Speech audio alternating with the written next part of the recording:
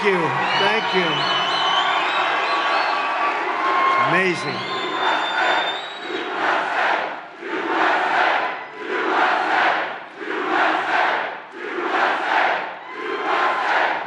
Thank you very much. And a very, very big hello to Wisconsin. It's great to be back. You know, before I start, they say that Wisconsin is probably the toughest of the swing states to win. I don't think so at all. I don't think so. We have got the biggest crowds. They've never seen crowds like this. This is unbelievable, actually. You know, I could be anywhere right now. I could be beautiful beaches. I could be all over the world, and I'd rather be right here. What's more beautiful? We are going to win the greatest election in history. And it's incredible to be back in this beautiful state with thousands of proud, hardworking American patriots, which is what you are just 30 days from now.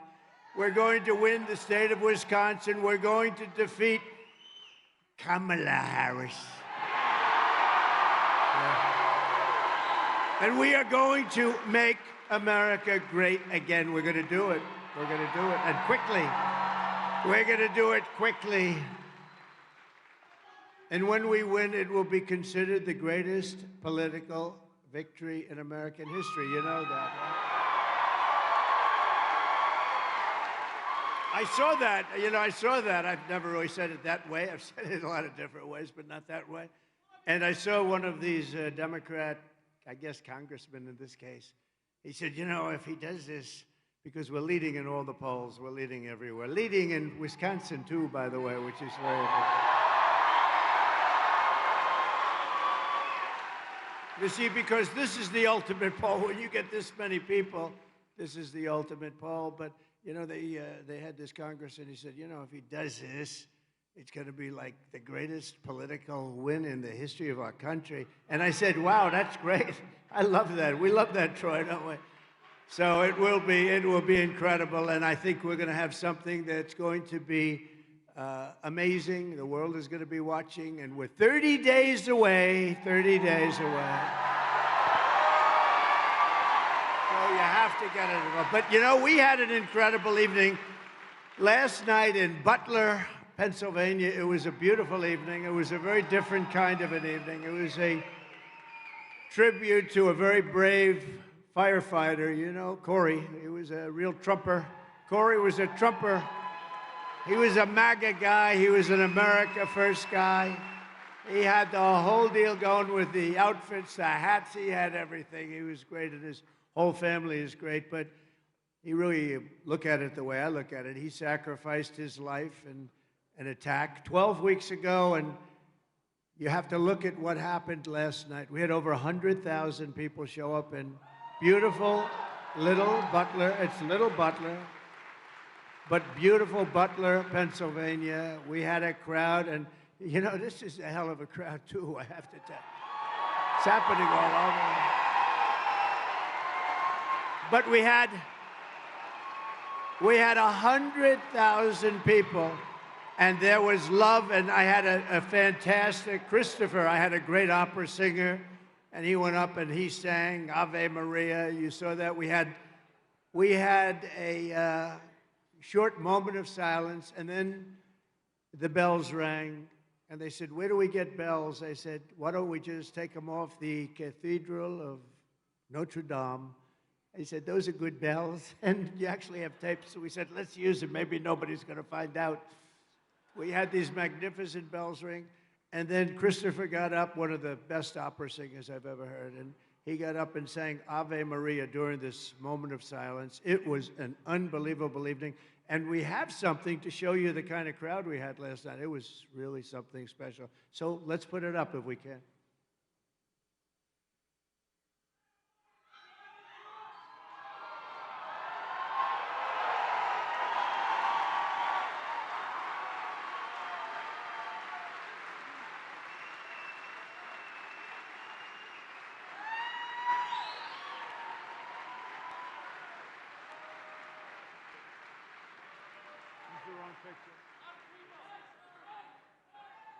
That was unbelievable. They used the wrong picture. It's the same picture, but they had the two side things. It's so stupid.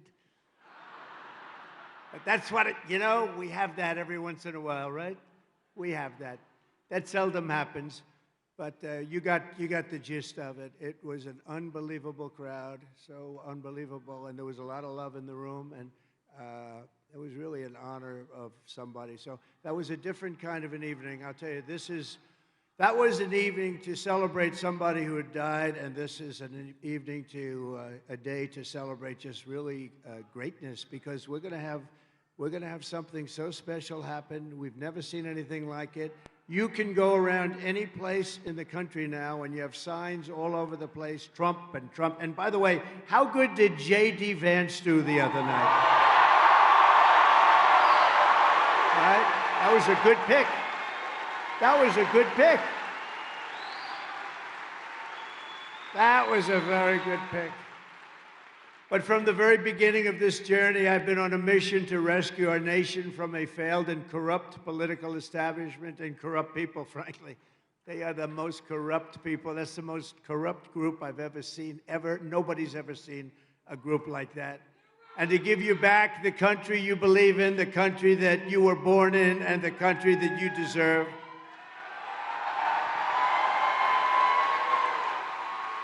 And in that mission, I will never quit, I will never bend, I will never break, and I will never yield. I'm like these guys over here from Texas.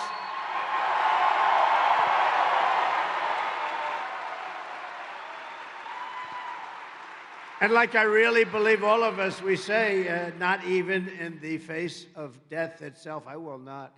This is so important what we're doing. We're saving our country. This country is in big trouble. We're a failing nation.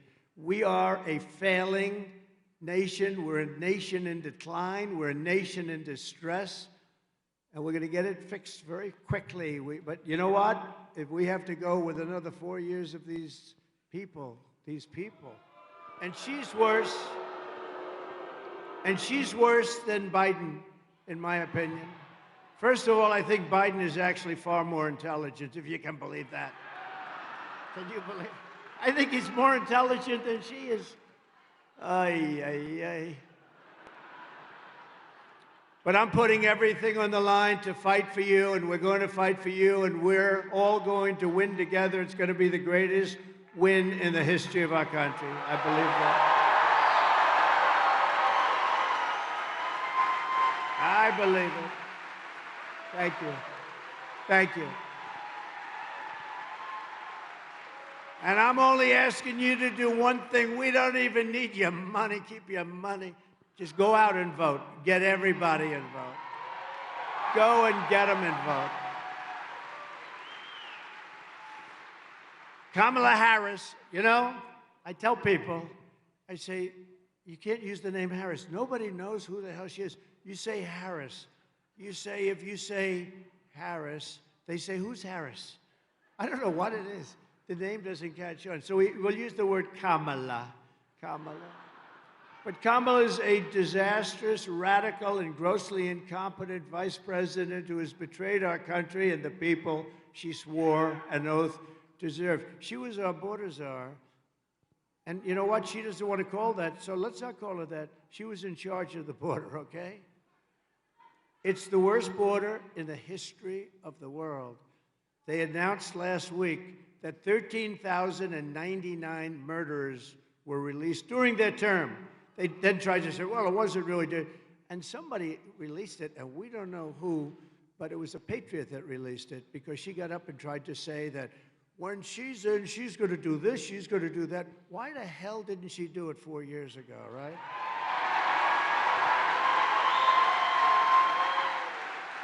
But she threw open our border, destroyed the middle class, and now as our citizens are suffering from catastrophic hurricane, this hurricane has been a bad one.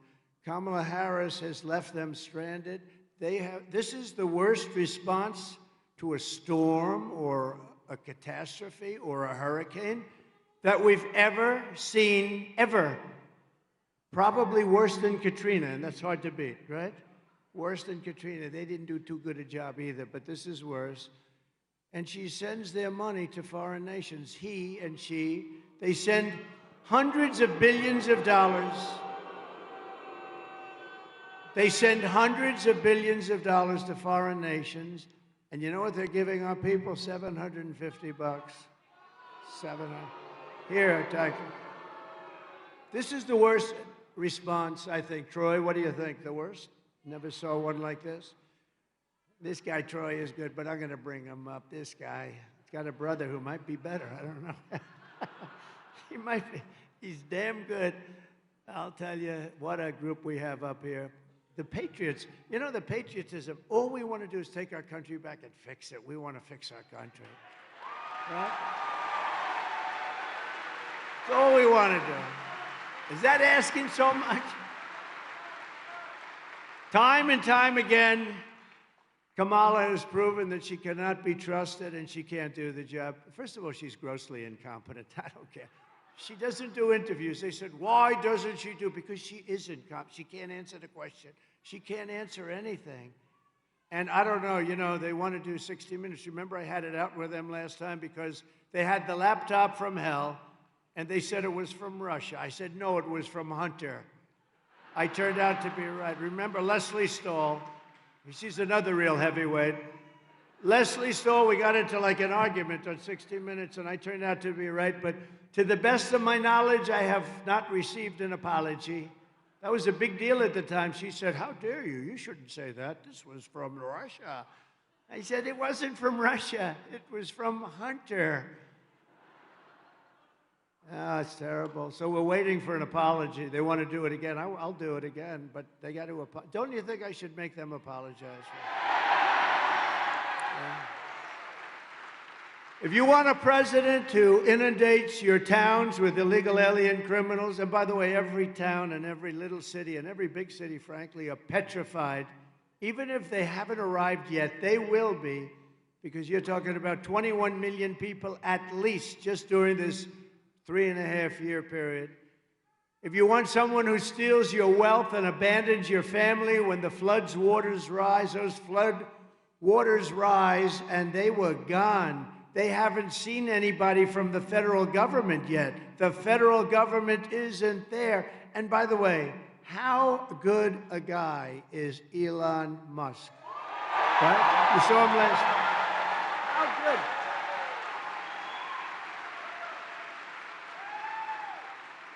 I mean, that guy, I didn't know anything about it. I get a call from a really good person in North Carolina. They said, the people, there's no communication. They said, do you know a man named Elon Musk? I said, yeah, I do, actually. He endorsed me very strongly, and we love him. He's a smart cook. He's a little different, too. He's a little different. But he is one smart cook. He sends the rocket ships up. The first time I ever saw the engines coming down, I said, what was that? Well, we'd like to be able to save the engines. It makes a lot of sense, but I never saw anything like that. This guy's unbelievable. So what happens is, he was there last night, by the way. He got the biggest hand you've ever seen. People love him. But they said, do you know Elon Musk? So he didn't know. And I said, yeah, I do. Why? What do you need? And he said, they have something called Starlink. Starlink. He said, we have no communication in North Carolina. People are dying. Like 500 people are missing. It's a disaster. The federal government is doing, the White House is doing nothing. They've abandoned us. And you know, it's largely a Republican area. So some people say they did it for that reason. I don't even think they're that bad, but they probably, maybe they are. But they want Starlink. So I said, whatever it is, I call Elon. I say, and you can't get it, it's really popular. It's very hard to get.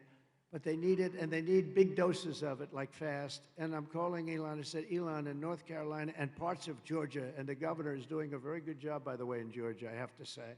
A very good job. But in parts of Georgia, and in real big parts of North Carolina, they need something called Starlink. I don't know what the hell it is, and you don't have to tell me because I don't want to waste a lot of time. But would you be able to get it?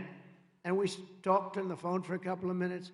And during my conversation with him, I got a call from North Carolina thanking me for getting Starlink. I said, how the hell did you do that? You're talking to me. You didn't have time. He said, well, I have a system. I think he's doing. No, I mean, he approved it while he was talking to me. Is that crazy?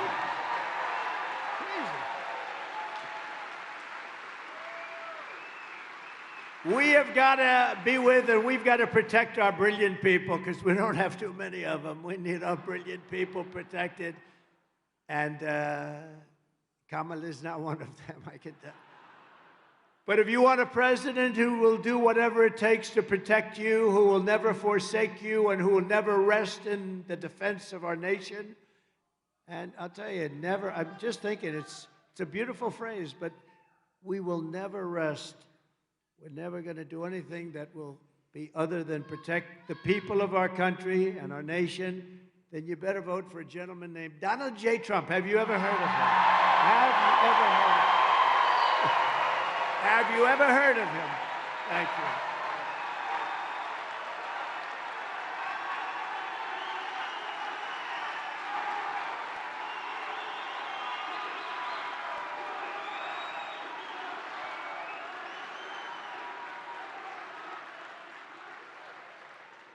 Well, I'm going to always get the job done in America and for America. And one thing we always will do, and we've got to do now, because for 50 years we haven't done it, we will always put America first. It's time for us to put America first. We did it 4 years ago, I can tell you.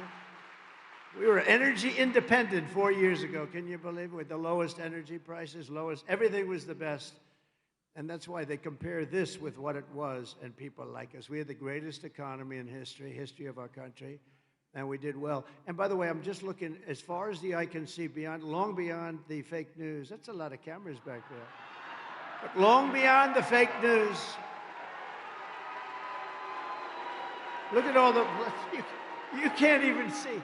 That's a lot of people. That's a lot of people.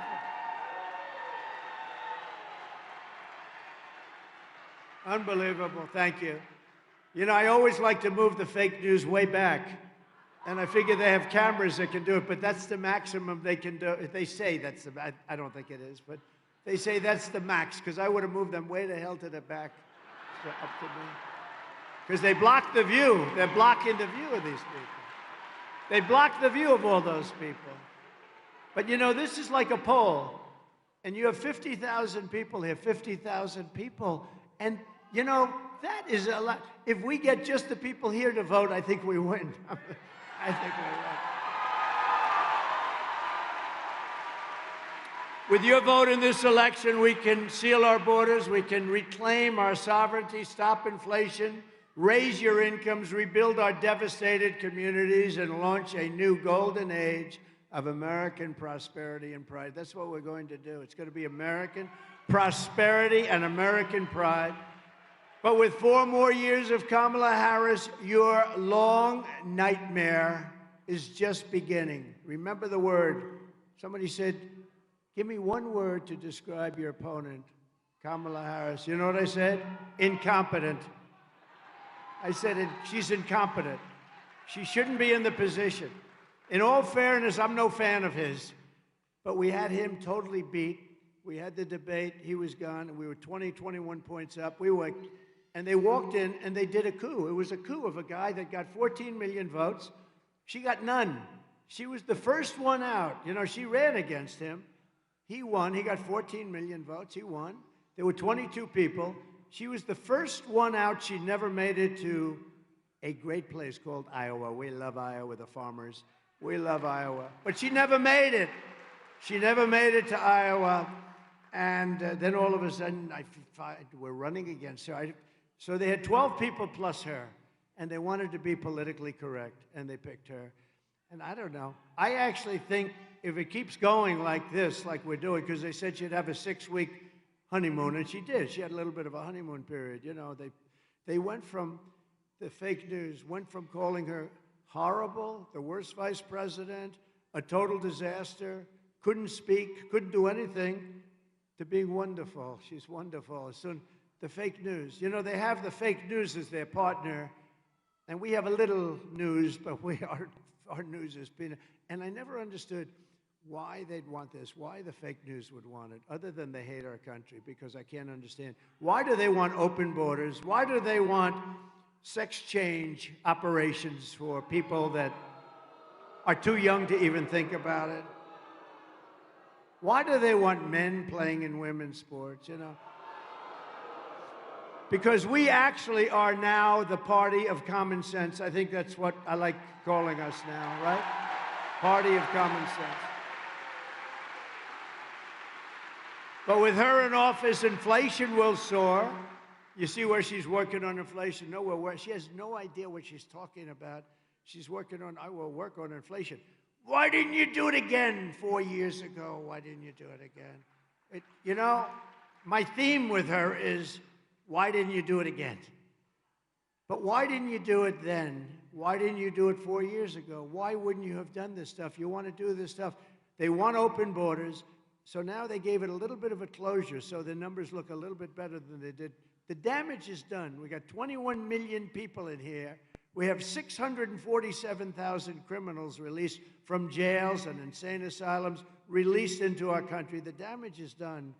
But you say, how could you be talking about the future? The damage is done. They've got to be talking about getting these criminals immediately out of our country. We have to talk about that, and we're going to do it, and we're going to do it rapidly.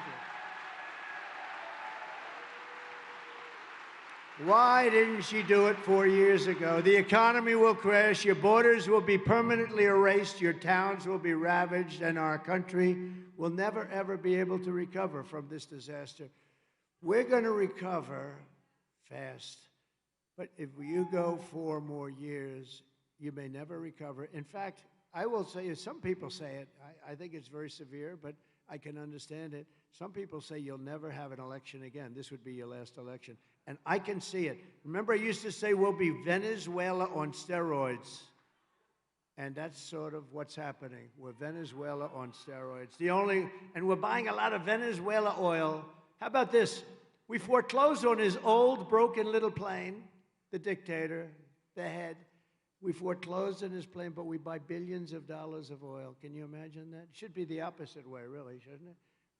You know, we took his plane away, but we give him billions of dollars a month in oil. Can you believe it? We're buying oil from Venezuela, and we have more liquid gold under our feet than any other country in the world, and it's good. And they don't have oil, they have tar. They have tar. You have to melt it. And you know where it gets melted? In a refinery. You know where? In Houston, Texas. So if you're an environmentalist, all that stuff, I'm going to talk to you about this with Texas. All that stuff is going up into, we do it. It's the only refinery in the world that can do it, because basically they have a lot of tar, and you have to melt it, and it's a dirty process. We have the sweetest, lightest, most beautiful stuff. It's not even believable. The only way to avoid this miserable fate for America is if Wisconsin and the entire Midwest turn, and I mean turn out in record numbers. We need,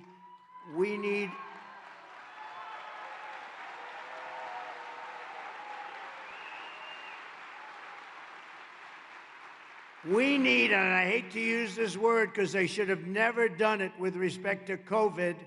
They should have never done it. But for this, we need a mandate. They shouldn't have done it with COVID. Everybody that did it should be ashamed of themselves, what they did. But we need a mandate in the vote, and we're going to get it. I think we're going to have, I actually think we're going to have numbers like has maybe never been seen before. You know, last time in 2020, we got more votes by far, by millions, than any sitting president in the history of the United States. Think of it. It's unbelievable. Think of the difference. We wouldn't have had Russia going into Ukraine and killing millions of people. Millions of people have died in that war, much worse than you even hear. But that wouldn't have happened, would have never happened. I talked to Putin about it a lot. It was the apple of his eye. He would have never, ever done it, wouldn't have done it. On top of that, the oil prices went up so high that he had, I mean, he was making a lot of money doing it. It would have never happened. You wouldn't have had October 7th with Israel, the attack on Israel. You wouldn't have had inflation. You wouldn't have had the Afghanistan most embarrassing moment in the history of our country, and we lost 13 great soldiers. Nobody ever talks about the 40 soldiers that were decimated. so badly hurt. And we gave them $85 billion worth of the best equipment anywhere in the world. How stupid. And they moved out the military first. You're supposed to move out the military last, not first. And for 18 months, I spoke to Abdul. He's still the leader of the Taliban. I spoke to him. They said, Abdul, don't do it. But we didn't have one soldier killed in 18 months in Afghanistan. They were killing them like crazy under a man named Barack Hussein Obama. Remember Rush Limbaugh? Remember Rush Limbaugh? Rush Limbaugh would go, Barack Hussein Obama. We miss Rush. We need Rush. Oh, we miss Rush. But they were killing them, a lot of soldiers. And I said, don't do it, don't do it, don't do it. We didn't have one soldier in 18 months killed until we had that tragedy of a day and a moment. The most embarrassing moment in history. And actually, Russia, I think, went in because they saw how stupid we were with Milley and these guys that didn't know what the hell they were doing. We have great generals, by the way, but not the guys that you see on television. And you have to tell Kamala Harris that we've had enough. We've had enough of you. You're a horrible vice president. You destroyed San Francisco as the DA. You destroyed California as the Attorney General. You're not going to destroy the United States of America. Kamala, you're fired. Get out of here. Fired.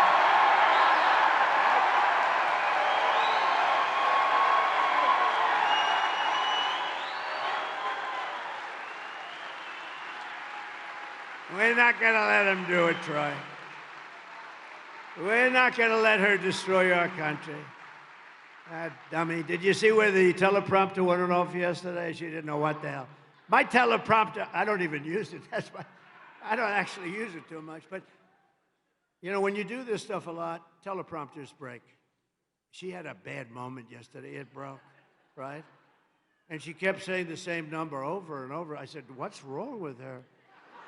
And maybe it didn't break. I don't know. She said it broke. But when you do this stuff, as we say professionally, you better, because I've lost it many times. I had one in Ohio for Bernie Moreno, who's doing pretty good up there. He's running for the Senate, just like Eric is doing great here. He's running for the Senate. Eric Hovde. Doing good. Good man. He's a good man. Got to vote for him. But when you do it as much, you know, it breaks. I was in Ohio. I think it was the windiest day ever in the history of Ohio. It was like Scotland. And the wind was blowing at a level that I've never seen here in this part of the world. And the teleprompters were like sails. Wah, wah. And then they blew off the stage. They blew. And we had 50,000 people. It was a great day because he took the lead right after that, a big, beautiful lead in the primary. But it was sort of an amazing experience. But you lose them all the time. And you have to be able to have a mind where you can actually speak without a teleprompter. And isn't it nice to have a president that can speak without a teleprompter? Isn't that nice? It's sort of nice. But you lose them all the time. But she was in La La Land. She was gone, and then it kicked in. She kept saying the same sentence over and over again, over. I don't know. I said, what the hell is going on? And then the teleprompter saved her. It kicked in, but it didn't kick in soon enough, let me tell you. Early voting in Wisconsin is underway now, so if you have an absentee ballot, return it right away as soon as you can. You can also vote in person using an absentee ballot starting October 22nd. And whatever you do, you have to get your friends, get them all out. You know, you have a lot of people out there that don't vote, that love us, but they don't vote. You know who doesn't vote much? Rifle owners. We are Second Amendment people, but NRA gave us their total support. We have support from every group, but NRA gave us complete and total endorsement. And during that, I realized that, because I've always gotten it from the NRA, they've been very nice to me, I'll tell you. But they did tell me that people that own guns and rifles don't vote relatively, like a very small percentage, like 15%. If you would vote, nobody could beat us.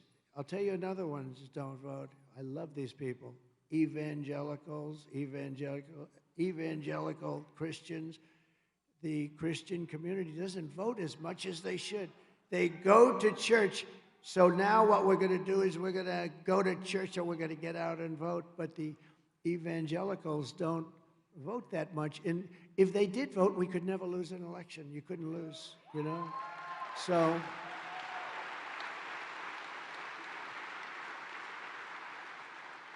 I have to be careful with this. I said once about a month ago, you only have to vote this one time, and after that, everything will be good. And the fake news said, see, he wants to be a dictator and take over the country. No, that's not what. I said, we got to fix the country, got to make sure, and then the country will be great, and we're going to have, hopefully, some great person, whether it's JD or somebody else.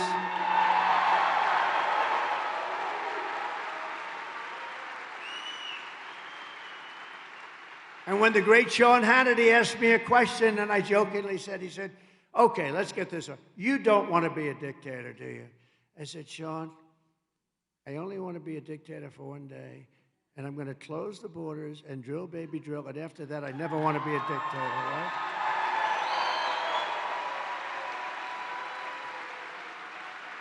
So the fake news took that answer, and they said, Sean, I want to be a dictator. Click. Cut. So they said, Sean, I want to be a dictator. And they go, he wants to be a dictator. They cut the rest of the... These are the worst people. These are the worst. They said he's a threat to democracy. He wants to be a dictator. No, you know the threat to democracy are when you put incompetent people in charge of our country. That's a real threat to democracy.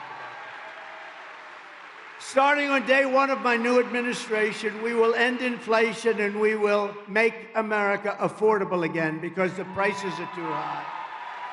The prices are too high.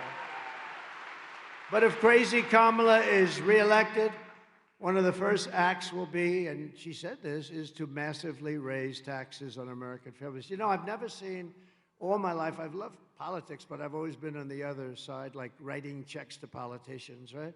But so I really understand, I like it and all, but I've never seen somebody that openly campaigns on the fact that they're going to raise taxes. It's always going to be like when Troy is back in Texas, he's always screaming, I will lower taxes, lower taxes. We always talk, we're going to lower taxes. We want to lower taxes. That's what this group is going to raise your taxes like by 78% or something, and they campaign on it. This is the craziest campaign I've ever been involved in. I had one guy beat, and so I have to beat two people instead of one. I spent $150 million beating Sleepy Joe Biden, who I admire greatly for one thing. You know, I always have a hard time sleeping because I toss and turn. And honestly, I do. I think about the country. I'm tossing and turning and tossing because I want to, you know, like a lot of people do. You have businesses, you toss, turn. It's okay. It's like become your way of life, right?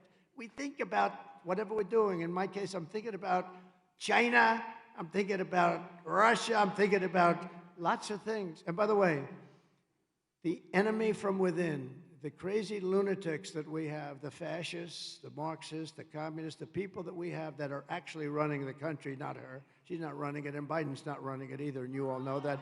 Those people are more dangerous, the enemy from within, than Russia and China and other people. Because if you have a smart president, you'll be able to handle them very well.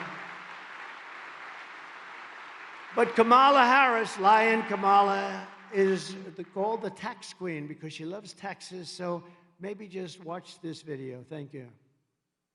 Joe Biden and I are about to get rid of that tax bill.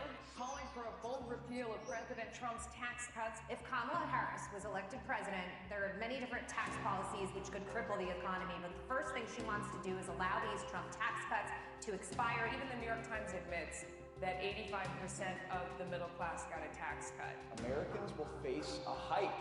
The Tax Foundation finding that a couple with 2 kids making $165,000 a year would have to pay over $2,400 more in taxes. And on day one, I will repeal that tax bill. Joe Biden and I are about to work to get rid of that tax cut. Joe and I are about to get rid of that tax bill. Joe Biden and I are about to get rid of that tax cut. Everything from a 70 to 80% tax rate. I think that's fantastic. We've got to increase the corporate tax rate. Part of that is going to be about repealing that tax bill that they just passed. And also looking at estate taxes are going to have to go up. We will tax capital gains, but we're going to have to raise corporate taxes. Taxing unrealized gains just doesn't seem fair in any sense of the word. When the value of your home goes up, you pay higher taxes even if you don't sell your home. Your value of your home never moves the way the stock moves to say, we're going to tax what you don't have. That's a sore point, and it's a big deal. Is that something you think she firmly believes in? I think it's part of the proposals of the campaign. Under my plan, there will also be a carbon fee. There has to be some connection between the fee and bad behaviors, and there has to be, and that we have to monitor whether it's going to be passed on to consumers. But I'm going to tell you that should never be the reason not to actually put a fee, and in particular a carbon fee.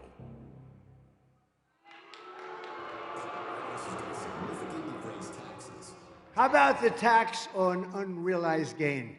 That one hasn't even been tried. That's a communist tax that hasn't been very successful, I tell you. It's, think of it, they want to have a capital gain on unrealized gains. Think of what they're saying. You're going to pay a tax on something you haven't made.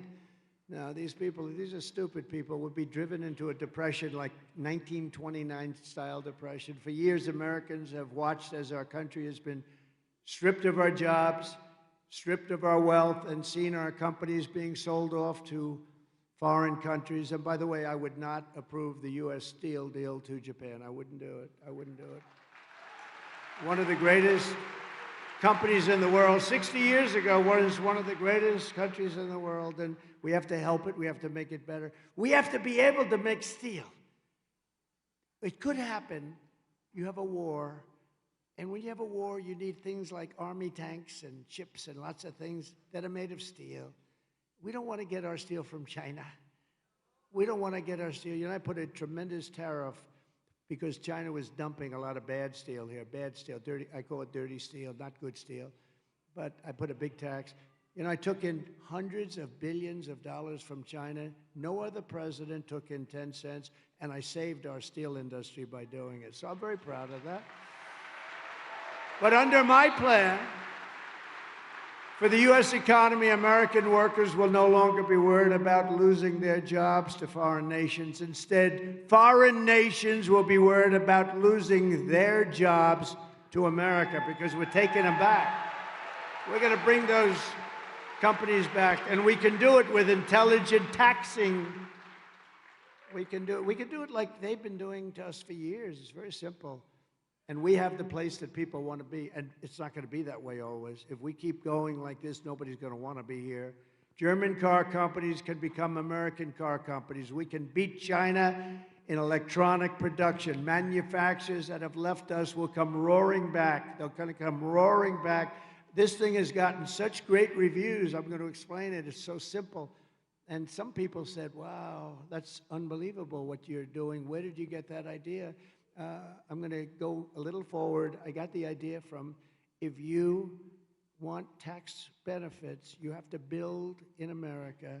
If you don't want tax benefits, you don't have to do. The United States will give you the lowest taxes, the lowest energy costs. We have the most energy. We have more than Saudi Arabia. We have more than Russia.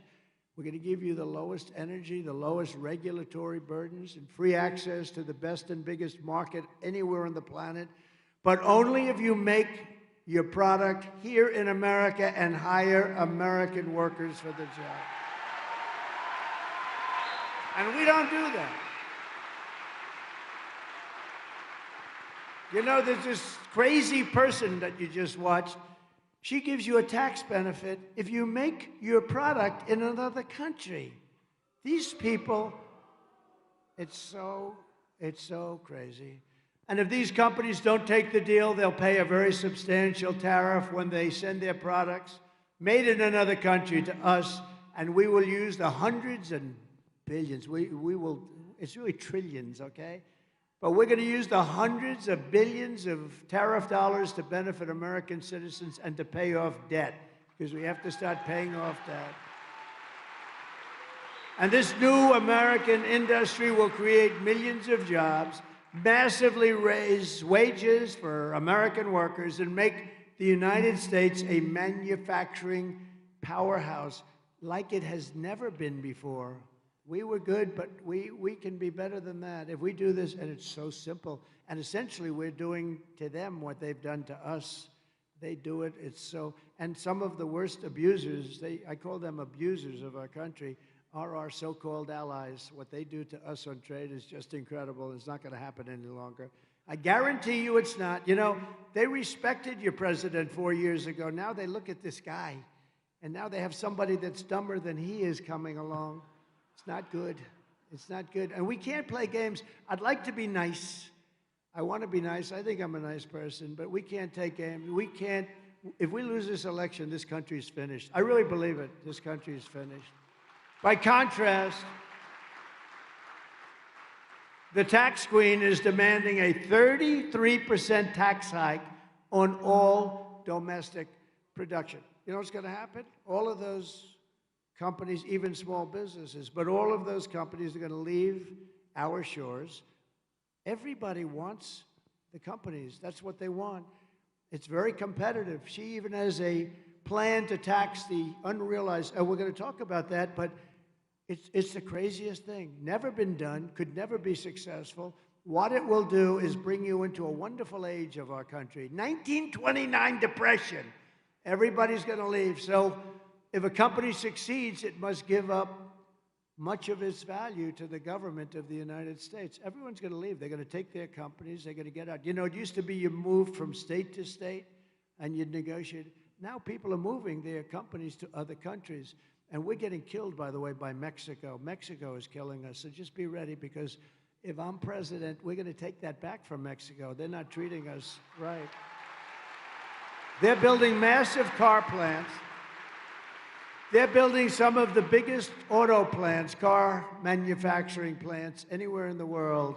And then they think they're going to build them cheap and sell them into our country and destroy Michigan and all these wonderful states. So it's not going to happen. We'll put a tariff of 200% on if we have to. We're not going to let it happen. We're not letting those cars come into the United States and destroy our car industry. You won't have anything left. You've already lost 60% of it. You've lost so much over the years. Not when I was there. Kamala Harris already cost the average family $29,000 with rampant inflation. The inflation that we've suffered for the last 4 years now, it's almost 4 years, it's coming back. And look, we're not going to let this happen either. And the price, you know, they talk about more than anything else, groceries. Who would think groceries? It's so bad to go to the supermarket.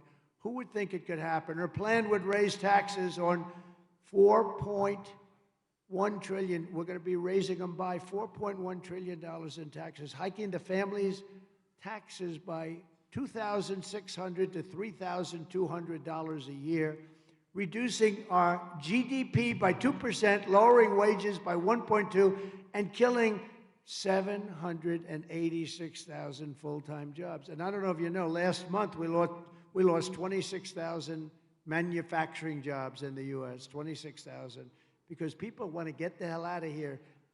You know, the market goes up every time I get a good poll number, and we have had great ones now. The market's starting to go, and they get the credit for it. Isn't that a terrible thing?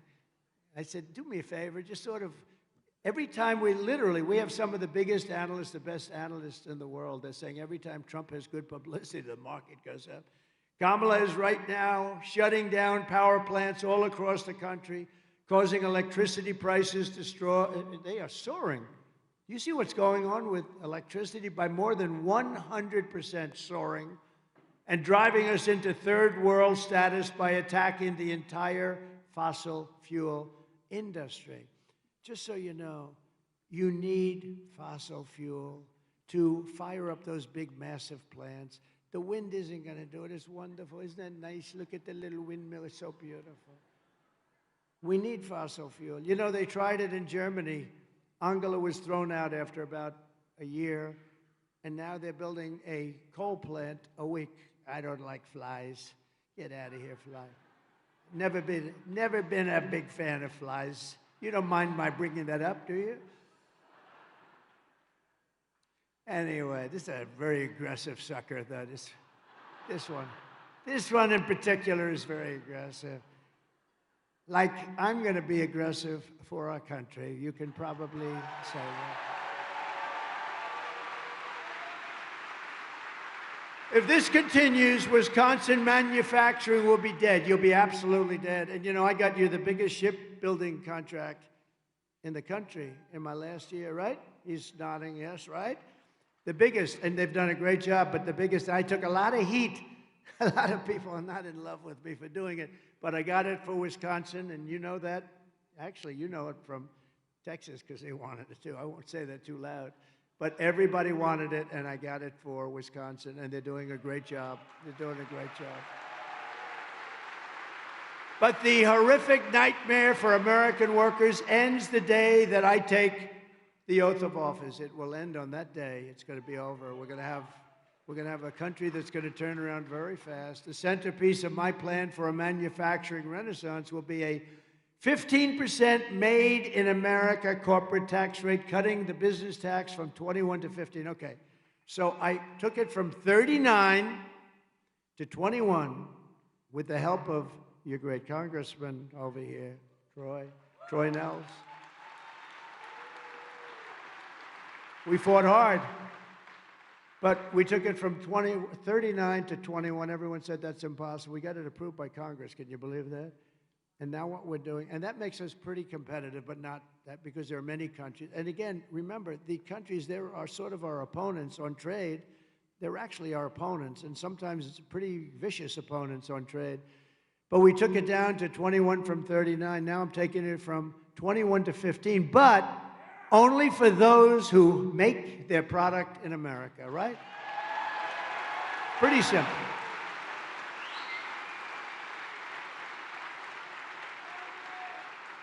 And you know, I got a call from some of the smartest geniuses on Wall Street. They said, where did you ever think of that idea? It sounds simple, right? It's like the paper clip. They make the paper clip, and everyone's saying, why did I think of that? But we will protect those companies moving into America, and this is just as important, because you can't have them, and then everybody comes and steals your company, steals your people, dumps your product.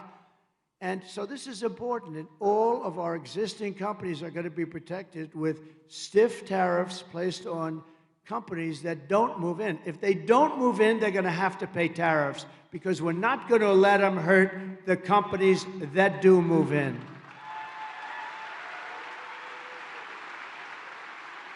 And the only way they can get out of paying those tariffs is to build their plants and factories here in the USA, anywhere in the USA. And Wisconsin would be nice, but anywhere in the USA. We will also cut energy and electricity prices in half, 50% within 12 months, including for all people and families, not just companies. So ready? Your energy bill will be cut from January 20th, will be cut by 50% in 12 months, okay? 50%. And I hate to say it, with your Democrat governor, you have some of the highest electricity prices and highest energy costs, is just about at the top in Wisconsin. You have some of the highest costs. So you do have a lousy governor. It's like, I do hear just one thing about him. He doesn't work hard. That's the only thing I hear about him. How does he do it? He doesn't even show up. That's no good. No, he's a lousy governor. I guess they'll work on that next cycle, but he's not a good governor. We will quickly double our electric capacity. You know, if you do AI, you know, AI is the new big thing, whatever, but AI is the big thing. But AI, to do it successfully and to be the leader, because China's already starting and very big, we need double the electricity. For whatever reason, they need massive electricity. We need double the electricity that we have right now. Who would think that? So what we have right now, you need doubled, and we will get that done. We'll have to do something with respect to the environment, because under the environmental impact statements right now, it would take you 20 years to build anything having to do with electric or anything, any form of energy. We're going to do an expedited plan where it'll be done in a matter of like weeks or months. We've got to get it done. We cannot do these impact statements that take years and years and years. People are working on a project, they start off as young men and women, and by the time they're old and retired, the project gets rejected. They actually get rejected. They work on it for 20, 25 years, and then it gets rejected. We're not going to have that because it's really a way of hurting us. I mean, it's a way of hurting us. We're not going to do it. We need tremendous electric here so that people like Elon and other people that are into this whole world of this, it's a new world, but it's going to be a very big world, a very fascinating world, probably a very dangerous world. AI has got some little tricks to it that we have to be very careful with, but they need massive electricity, and we're going to provide it. We're going to be able to compete with anybody. We'll be the leader. We're going to be the leader in virtually every field. We're going to be the leader in automobile manufacturing. Think of that. And it'll happen quickly. And I have pledged to remove 10 old and burdensome regulations, and I did this. We had more regulatory cuts when I was president than any president in history by 3 times. But we're going to get rid of burdensome regulations. We're taking them off the books, and it's 10 for 1. We put in 1, we get rid of 10, and it had a great impact. Great impact. But I had the most success in history in cutting regulations. I gave you 2 things. I gave you the biggest tax cut in history, and I gave you the biggest regulation cut in history. And those 2 things gave us the greatest economy in the history of our country. We had that just a short time ago. So if you want your incomes to plummet, your net worth to collapse, your tax bills to soar, and your jobs to disappear, then vote for Kamala, because she'll do very well. But if you want Washington bureaucrats to keep their greedy hands off of your money and out of your pockets, then you have to vote for Trump. We're going to get this thing done fast. We're going to work together and get it done fast.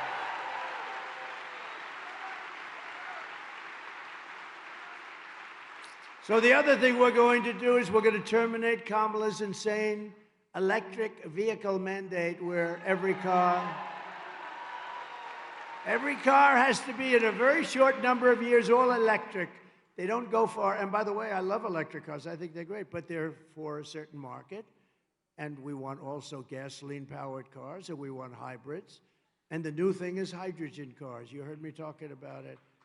Hydrogen cars is the new thing. It's got one problem. It's got one problem. It's very violent. If it blows up, you are not recognizable. Please come down and identify your husband. There's a blood stain on the tree. Can you identify it? No, it's very violent. Did you know that? It's dangerous. If it blows up, you're screwed, okay? So I'm going to pass on that particular car. They say it has a wonderful future, but the one problem is it's really dangerous when it blows, okay? It wipes out people on the street. I mean, it's terrible. I would actually say they shouldn't even go too far with that one, don't you think? I don't know. I think we shouldn't go too far, but hydrogen is a big new deal. The other thing we're going to end is the Green New Scam. It's the greatest scam in history. You know, we had the cleanest air and the cleanest water in the history, meaning the recorded history of our country. We had clean air. That's what I want. I want clean, beautiful water, and I want clean air, and after that, I want jobs, and I want success for our country, right? My pro-worker policies are one of the major reasons why I've been endorsed by the rank-and-file membership of the Teamsters. Can you believe that? We got 60% of the Teamster members in Wisconsin. Any Teamsters here? Thank you. Any Teamsters? Yes. Thank you very much. That's very nice, because typically Democrats get, and we won nationwide. We won 60% of the Teamsters vote, and we also won 100% of the Fraternal Order of Police, the largest, 400,000.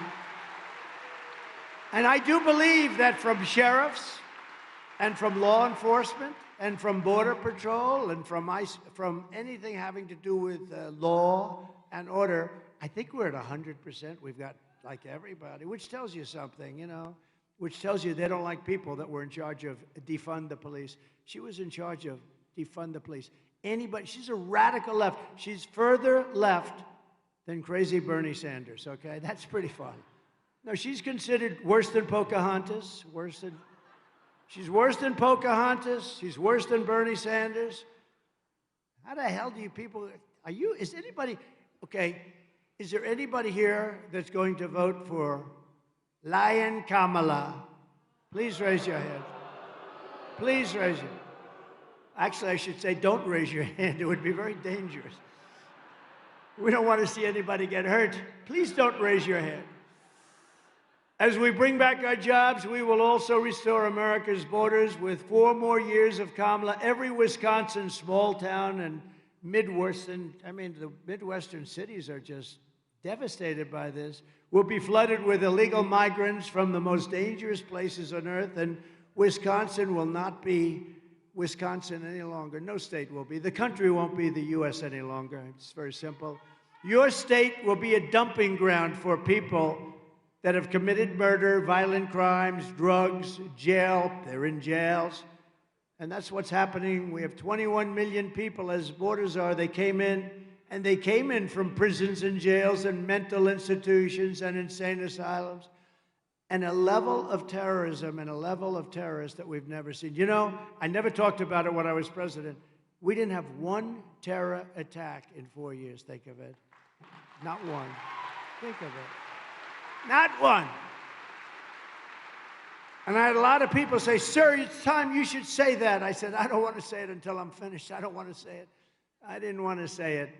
But we didn't have one terrorist attack in 4 years. 1 week ago, I was in the beautiful town of Prairie du Chien. Have you heard of it? Prairie du Chien. In western Wisconsin, where, by the way, we had 60,000 people show up. That's the good news. But Biden, Sleepy Joe, didn't give us the number of people required, so we ended up speaking in front of a relatively small group. I hope those people, we're going to go back and we're going to take care of that situation. They didn't give us the people necessary, so we spoke in front of a rather tiny little portion of them. They stayed around. They were great. But we had 60,000 people there, and I think you're getting close to that right here, too. It's pretty amazing. But Prairie du Chien, and last month, police arrested an illegal alien member of a savage Venezuelan prison gang. Not a nice person. This vile monster, who had prior charges for strangulation, was arrested. He liked strangling people. Other than that, he was quite a nice person. No, his thing was he liked strangling people. Was arrested for holding a mother and daughter captive against their will and sexually assaulting them again and again and again. This animal crossed Kamala's wide open border, just walked in. Nobody asked anything about him. They knew nothing about him. He was arrested and released in the sanctuary city of Minneapolis, where you have one of the worst vice presidents. Can you imagine that clown? What JD did to him? How about that guy?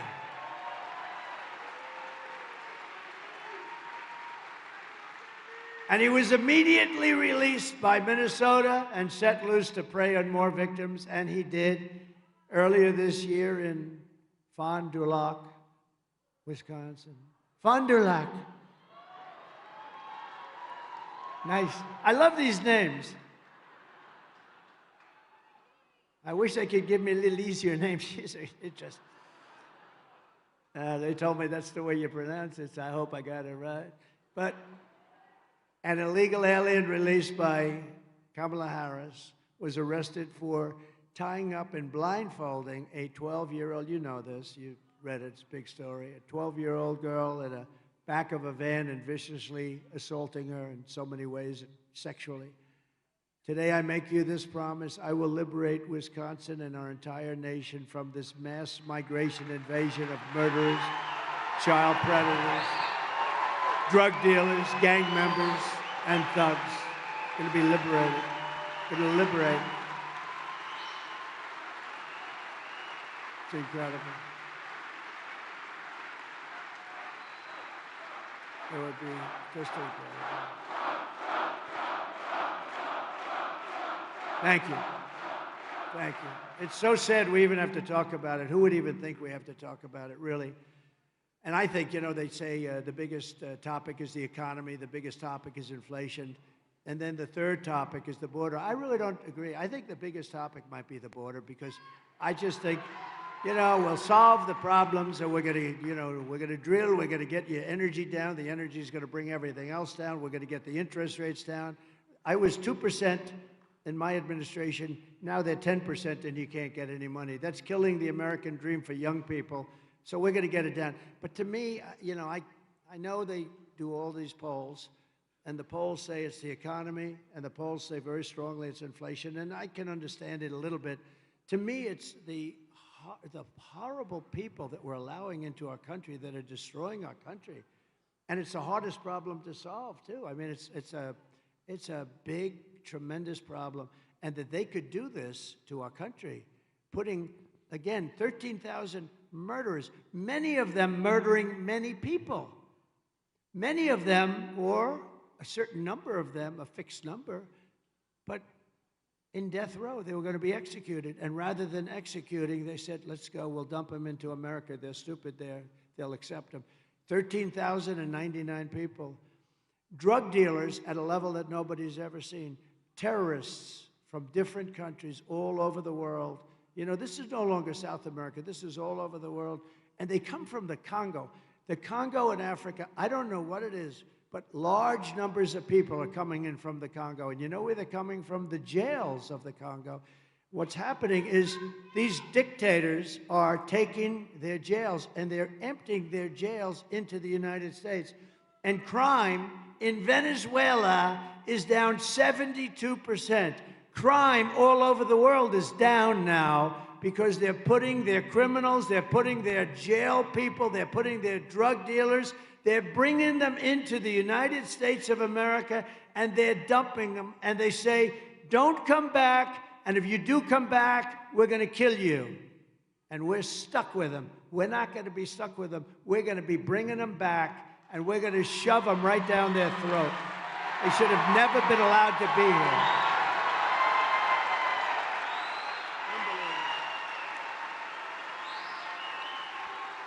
It's unbelievable. It is unbelievable. Thank you. And we're not allowing these people to invade us, to conquer us. I mean, did you see what they're doing in Colorado, where you have a very weak governor? He's very weak. He's a liberal guy and very weak. And they've attacked Aurora, Venezuela gangs, young guys. They have weapons like our military has, the equivalent of our military. And they've taken over buildings in Aurora, Colorado. And the governor, he doesn't know what to do because he wants to be nice because he's stupid. And he doesn't really know what to do. I think they need a new governor. On day one of my new administration, the invasion of savage criminals ends. And on that same day, the largest deportation in American history begins. The largest deportation. And I'm not happy to say that. I'm not happy. It should have not been necessary. This has all happened over the last almost 4 years now.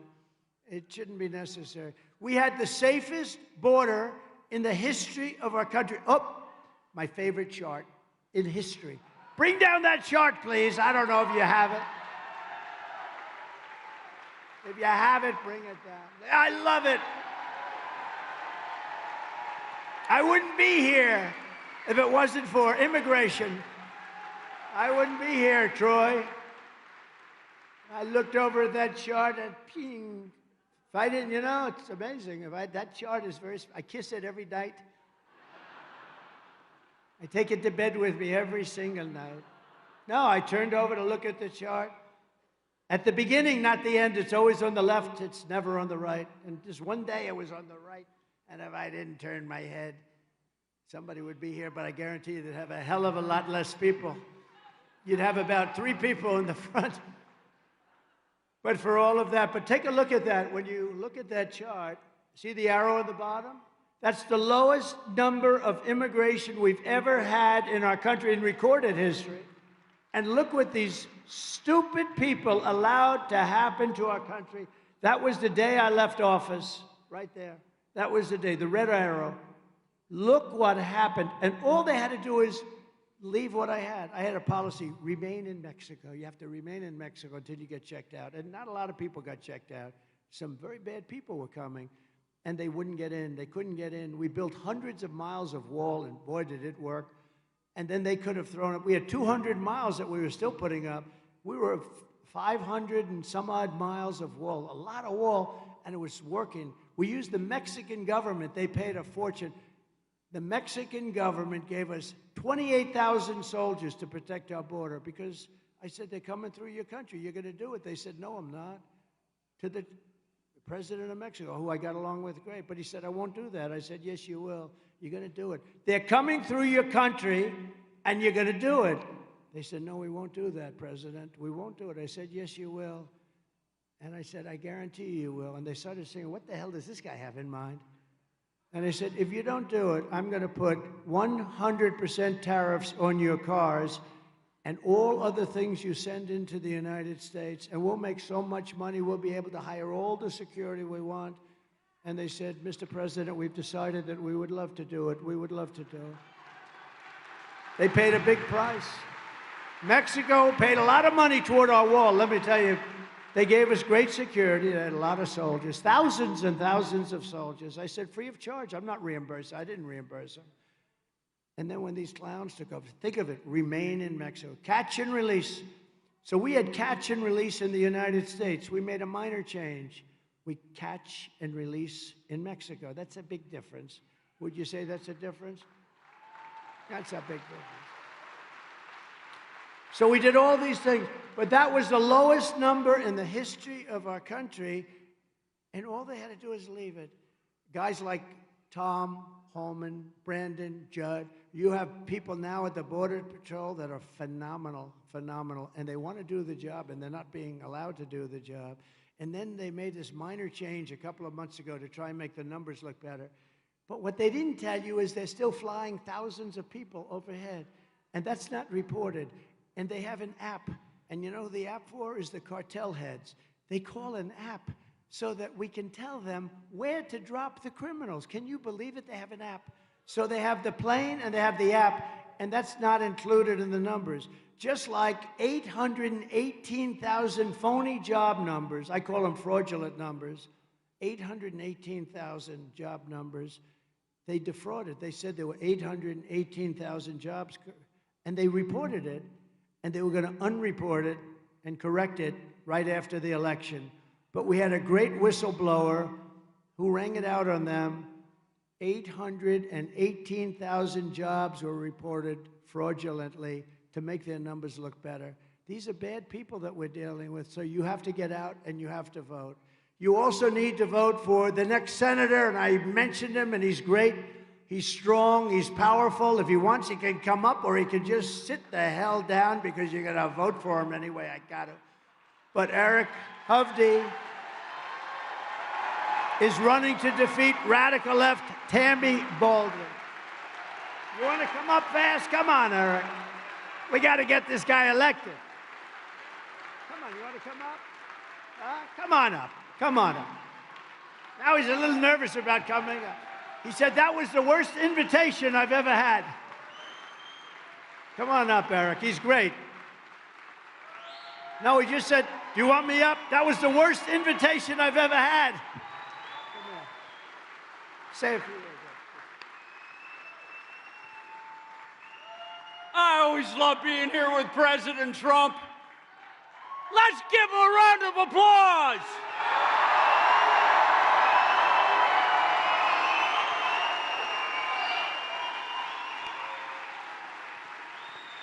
President Trump, I was talking to the folks beforehand. In business, results matter. You know, you got to get a deal done. You got to make money. You've built one of the most successful careers, biggest developer. I've spent my life in the private sector building businesses. We're going to get this country moving.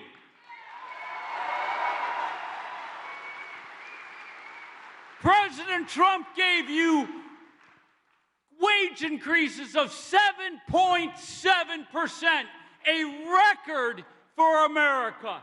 That's results.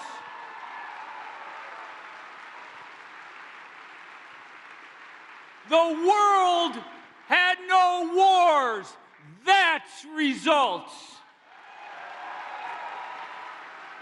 Our communities were safe because he had the border closed and he stood by law enforcement.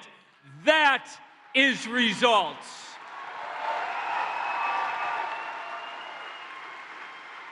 Senator Baldwin, Kamala Harris, they're career politicians that have never accomplished anything and have failed at everything. So all of you, go work hard, go grab every friend, colleague, neighbor, and let's restore this great country and get President Trump and me to Washington. Let's go, folks!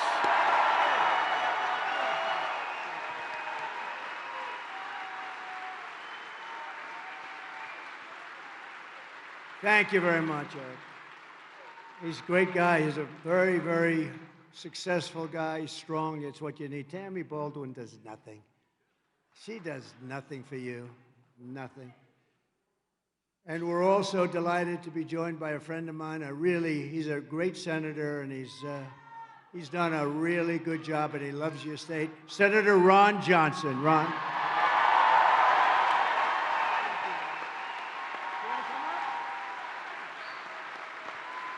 We have plenty of time. It's a Sunday, right?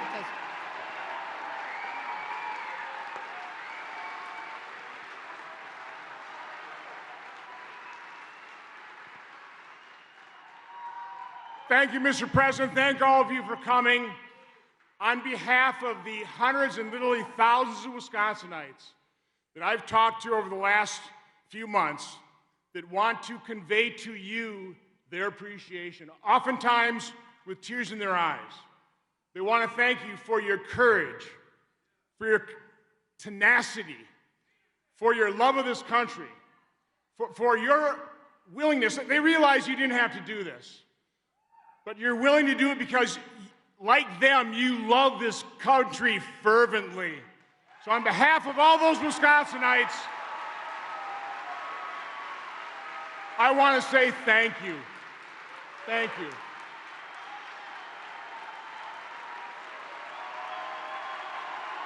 Thank you.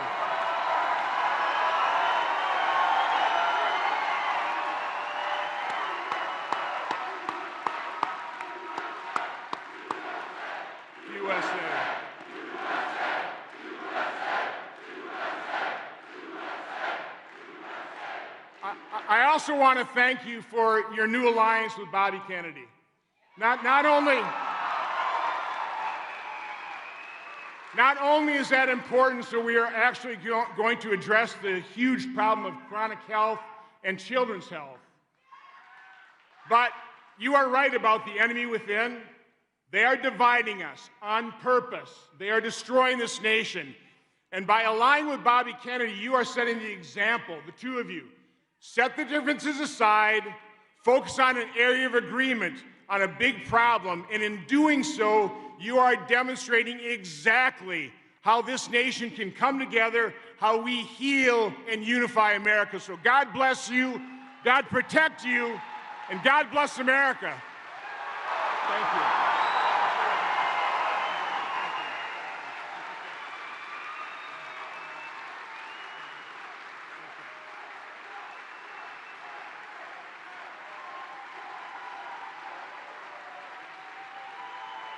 Thank you very much. Thank you very much. Great, Ron. Thank you. It was a great job. I'd like to, if I could, just for a second. So you have a young, brilliant congressman, and he's on a committee, and it's a very important committee, and he's studying fraud and the fraud within the Democrat Party and what they're doing in terms of campaign contributions, and it's a tremendous scandal, and I'm afraid the fake news, they'll probably all turn off the cameras now, but I say, could you just give just a little prelude, because I think it's going to be one of the biggest stories in a long time. Even if they don't want to cover it, they'll be forced to cover it. So I'd like to ask Congressman Brian Stile to come up, please.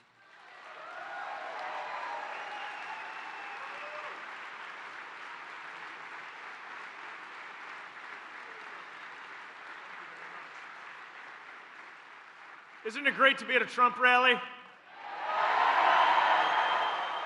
Do you agree with me? President Trump is going to win Wisconsin in 30 days?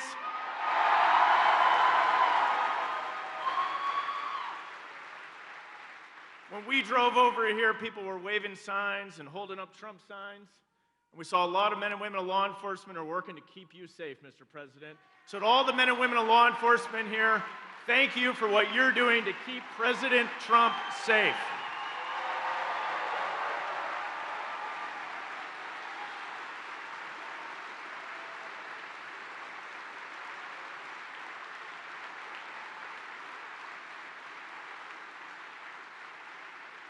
Law enforcement's a lot about keeping us safe and enforcing the laws.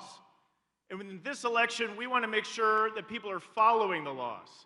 Things like photo ID and U.S. citizens are the only one who should be able to vote in U.S. elections, don't you agree? As chairman of the Committee on House Administration, we began trying to figure out how all these things are operating. And in particular, where's all the funds coming into the liberal campaigns across the state of Wisconsin running TV ads against President Trump? We looked into Act Blue and we called him into the committee and we said, what processes are you using? And I said, you're using a CVV code. That's that little 3 or 4 digit number on the back of your credit card that you have to use when you buy almost anything online. And we found out they weren't requiring it if you want to make a donation on Act Blue. Then we started to dig further and we started to find more and more things where they don't have the financial security in place that they need to.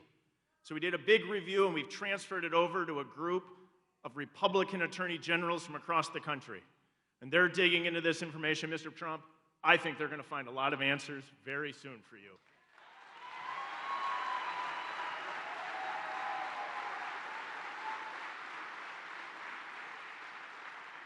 So President Trump, thanks for what you're doing for this country. I think you're going to win not only Wisconsin, but the presidency in 30 days. And you see this crowd and everyone here. Thanks for all you're doing. God bless you. God bless you, President Trump.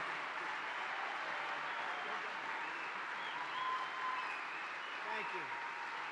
Thank you, Brian. Also with us are members of Congress, great ones. Scott Fitzgerald, what a nice name that is. That's a good name. Where's Scott?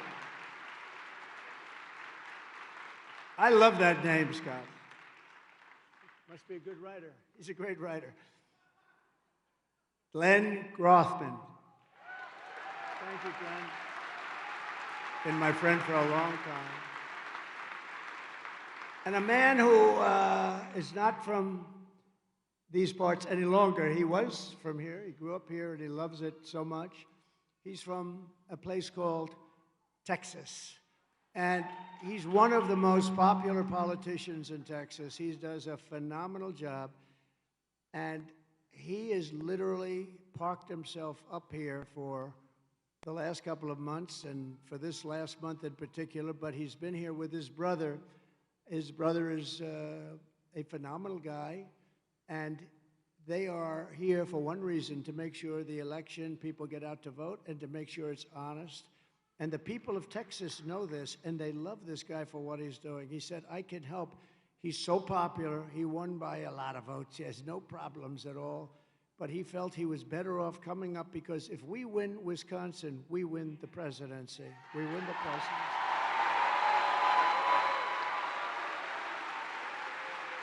We win the presidency. So I'd like to ask, and he's just a special guy. I mean, he loves this country so much, and you know, I can tell some guys come up, no, I love the country. Other guys come up, no, I love that country, you have to.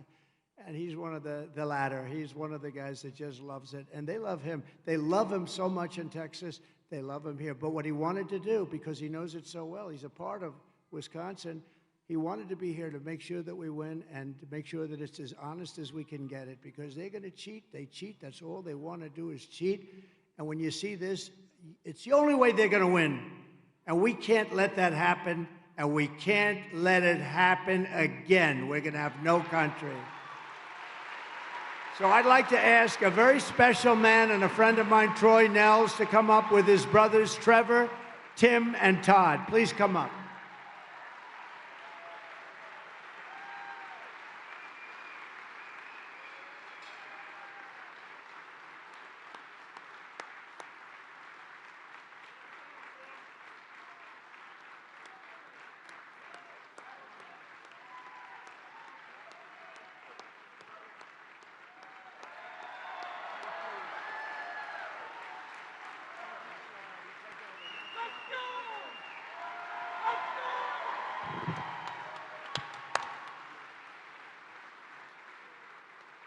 Mr. President, what an honor and a privilege it is to be up here with my brothers. We are honored to be with you.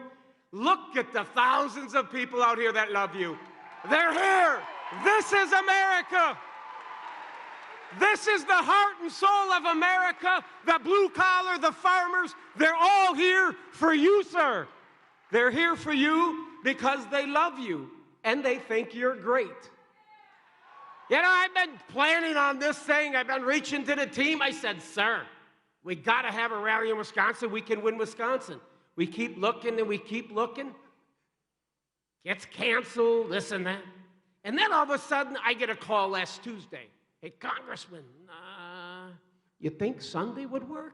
What the hell kind of time are you giving us on Sunday to get it? But look at everybody's here. Everybody came because they know how important this election is. You know it. Mr. President, I can assure you this. The passion in this state, they love you. We have been up here for weeks going to county fairs. We see the passion, we see the love, we see the energy. And sir, I can assure you, everybody here is going to get their family, their friends. We are going to win Wisconsin, and Donald Trump is going to make America great again. He's going to do it. He's going to do it.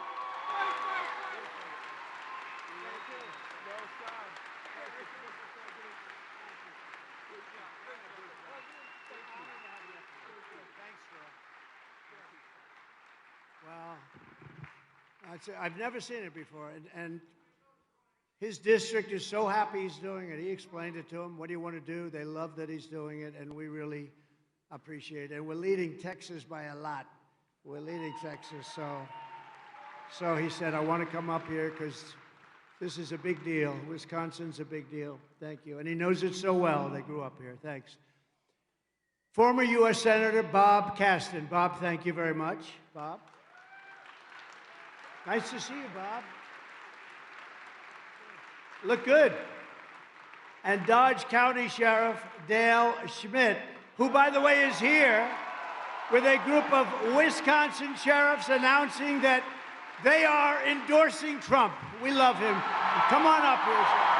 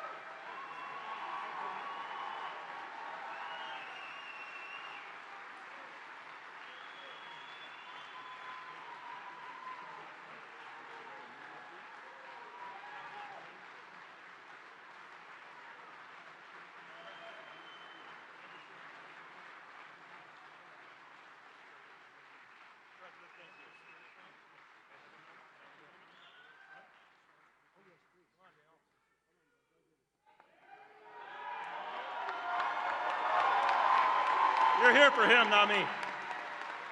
Mr. President, I am proud to announce that all of these sheriffs are among a very small amount of sheriffs and law enforcement across our country that support you. I'd say 80 to 90% of law enforcement across this country are behind you, Mr. President.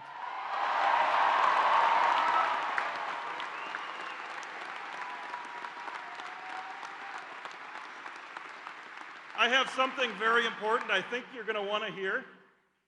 In Dodge County, in this 2024 election, there are 0 drop boxes for the election.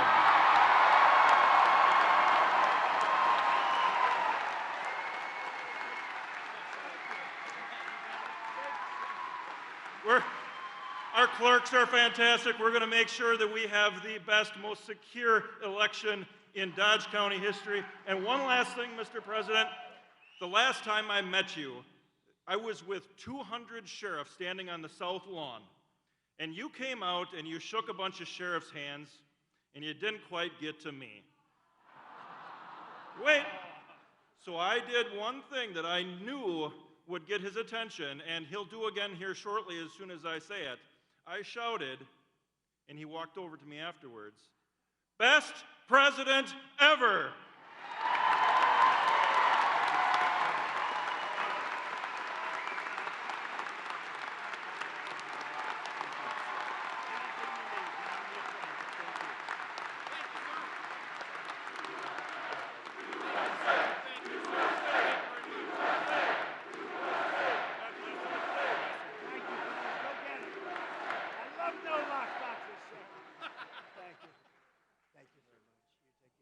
This is a great honor. These are great, great men, and there's nobody that respects them more than this group. They do such a job, and generally law enforcement in our country, and and woman. Come here. She's the best one up here, I think, right, Sheriff? Thank you. That's good. Thank you very much. But I appreciate it so much, and the endorsement means a lot to me, and anything you need, I'm here. Thank you very much. Thank you, Sheriff.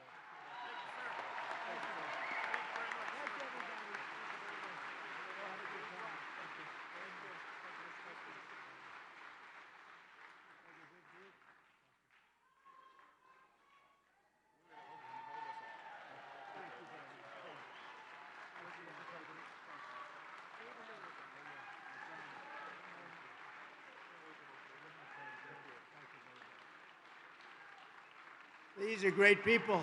Wow, what a group. Thank you, sheriffs. Thank you.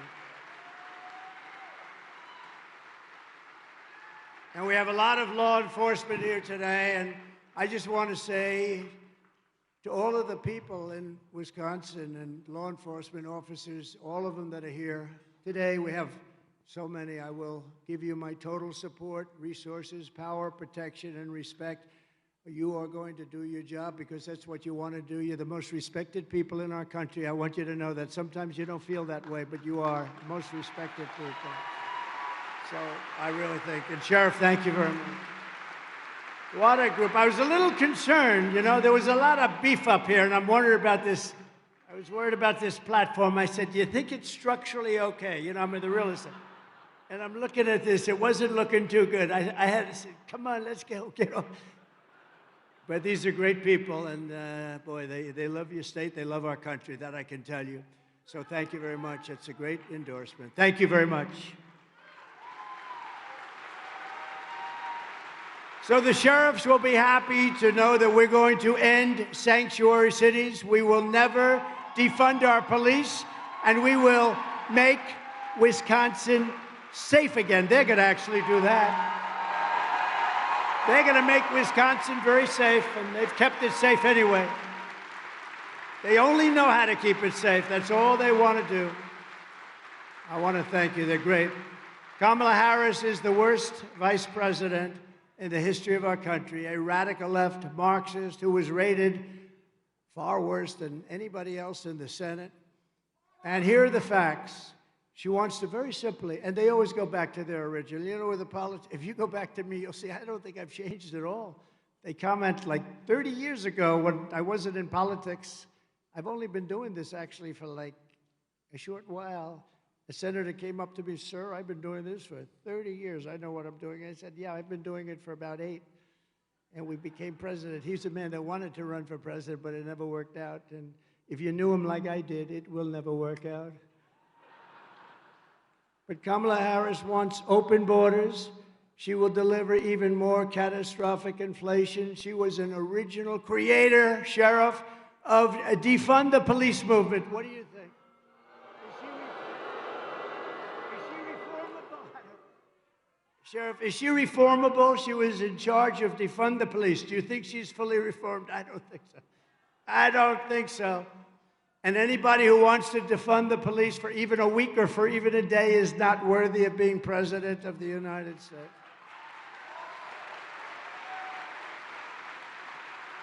Kamala Harris vowed to abolish ICE. These are great people. These are great patriots. They're tough cookies, too. They would go into a pack of MS-13 gang members and the fist would fly. I don't know. Somebody has to do that job. I don't see anybody up here. I have a couple of friends.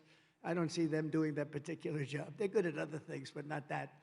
But these are great people, and she wants to defund them. She wants to get rid of them. She wants to take ICE out. These are the people that remove the worst criminals, the worst gang members, the worst drug dealers from out of our country. Get them the hell out of here.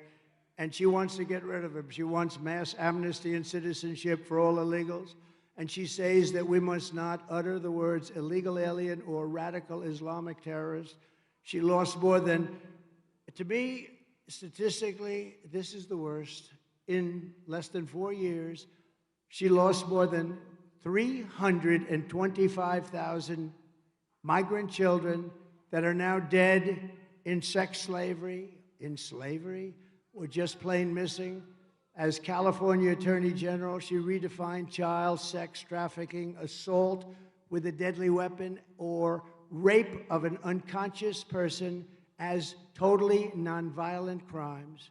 She praised the idea of a 70 to 80% tax rate. She thought that was very good.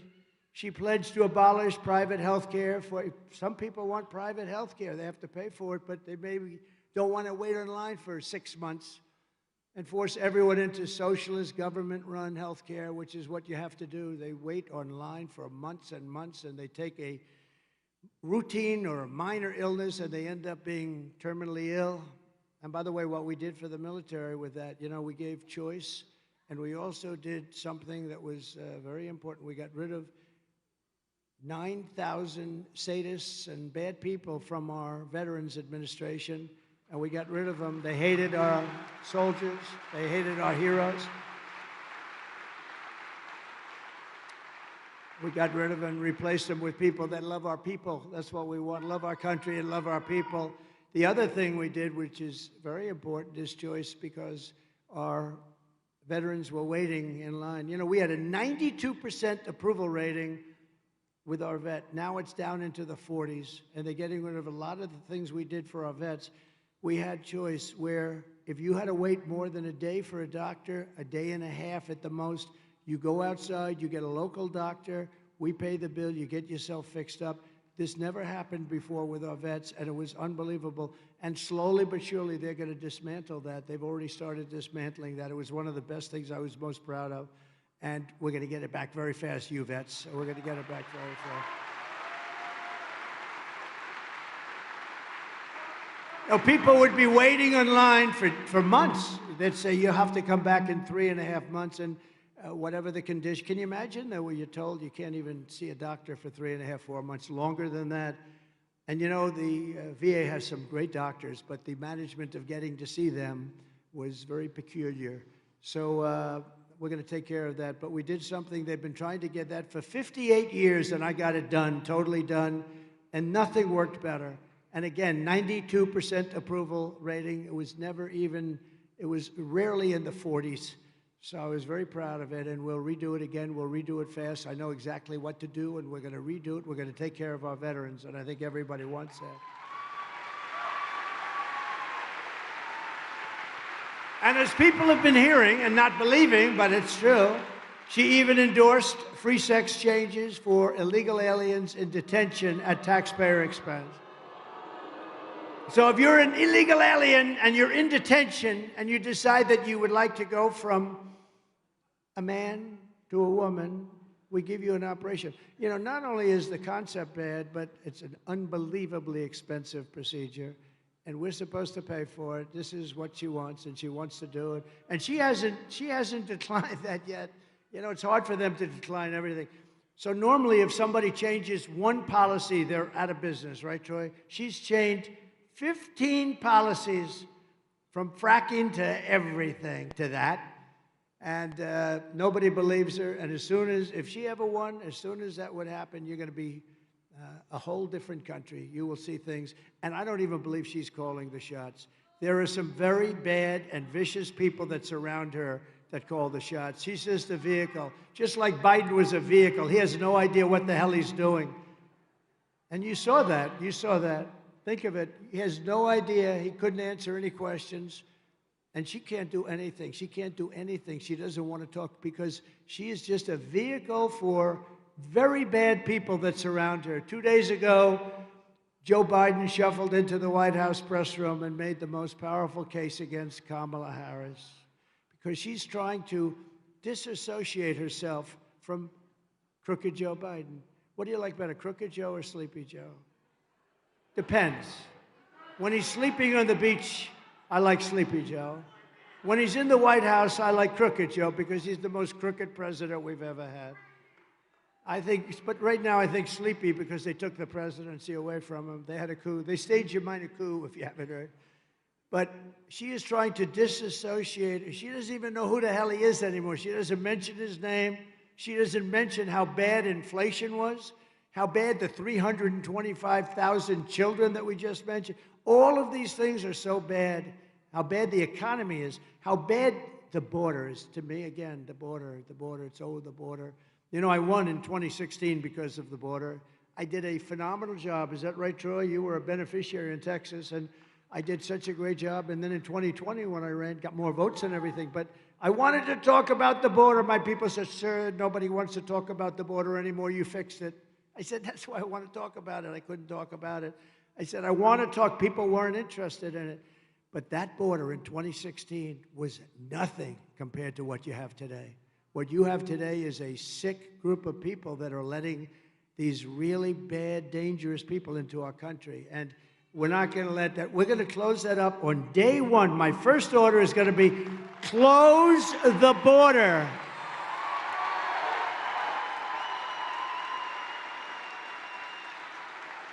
And they could do that too. They could do that too. You know, Biden could do that right now. He could get up and say, close the border, and they'd do it because the president has that power. He doesn't need bills. They keep talking about bills. The bill they're talking about was the stupidest bill I've ever seen. But they don't need bills. All the president has to do is say, close the border, and he has refused to do it. Biden said that he and Kamala were, quote, singing from the same song sheet. She helped pass all the laws, every single one of them. She was a major player in everything we did. Now, he went up into the White House press secretary's lectern, and he said this stuff. And they were dying. They were saying, oh, my God, it's coming down. And because, you know what? He got tired of hearing that she had nothing to do with anything. And he knew it was a lie. So he couldn't take it any longer, and he went up and made a fool out of himself, but you'd expect that. But he said this was one hell of a this was the worst press conference. They're screaming at him. He didn't know what the hell was happening. But the reason he went up there was to make that statement that she knew everything. She could not disassociate herself. She approved everything. She was the vote in the Senate as the vice president for many of these bills. So a vote for Kamala is a vote for 4 more years of crooked Joe Biden. It's a disaster. It's a disaster for our country, and it'll never be this way. A vote for Trump is a vote for change, and it's a vote for saving our country. It's unbelievable.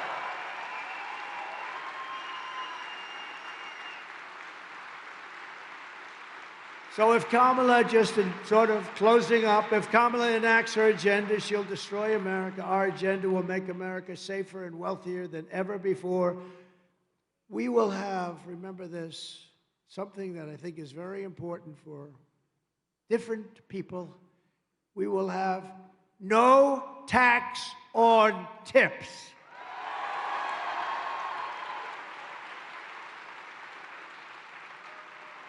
Now, that doesn't help the sheriffs too much. That's not going to help you guys. They never got a tip, I guarantee you that. But that helps a lot of people. That has been but no tax on tips. Then she copied us, right? 2 months later, she said, I've got a major announcement. There will be no tax. But she never even said it again after that. No, but the difference is we get it done. You know, they talked about education, and they talked about the debt for students, student debt, and they failed on it. They failed on everything. The student debt, a lot of people didn't like it, but regardless, they said it, they kept saying it, saying it, saying it, they kept losing, and now it's a dead deal. It would be that way with these. No tax on tips, ready? No tax on overtime if you work overtime. No tax. And you have a lot of overtime people here. You have a lot of people that work a lot of overtime. I used to hate to pay overtime, Troy. Oh, I used to hate to pay overtime. I did everything I could to get out of it. But you know what? It's a big deal. And I actually think that's going to be a benefit to our economy, an overall benefit. So it's no tax on tips, no tax on overtime. And are there any seniors in this particular place? I refuse to raise my hand. Okay, I'll raise. No tax, and this is big because you've been destroyed with your fixed incomes. You've been destroyed by inflation. No tax on Social Security for our seniors. No tax for our seniors. That's a big one. And I'll get them done fast. I'll get them done fast. We've got people already working on it. We'll get them all done fast. Well, working Americans catch up. We're going to put a temporary cap on the credit card interest rates. Look, right now people are paying 24%. They're getting killed. We have people with electricity and their bills, they're behind. 26% of our country is behind on paying their electric bills. We can't let them pay 22, 24, 26% interest. He just said 30. Are you paying 30, sir? Let me see who you are. He's dealing with Alphonse Capone as his lender, right? Yeah, one of those nice lenders. So we're putting a cap of 10%, temporary cap, until we get past this terrible period that we're living in, right? I can do that quickly. We will become energy independent and then energy dominant like no country has ever seen before, because my second order, number one, close the border. We're going to get them out of here. Close the border. What's number two?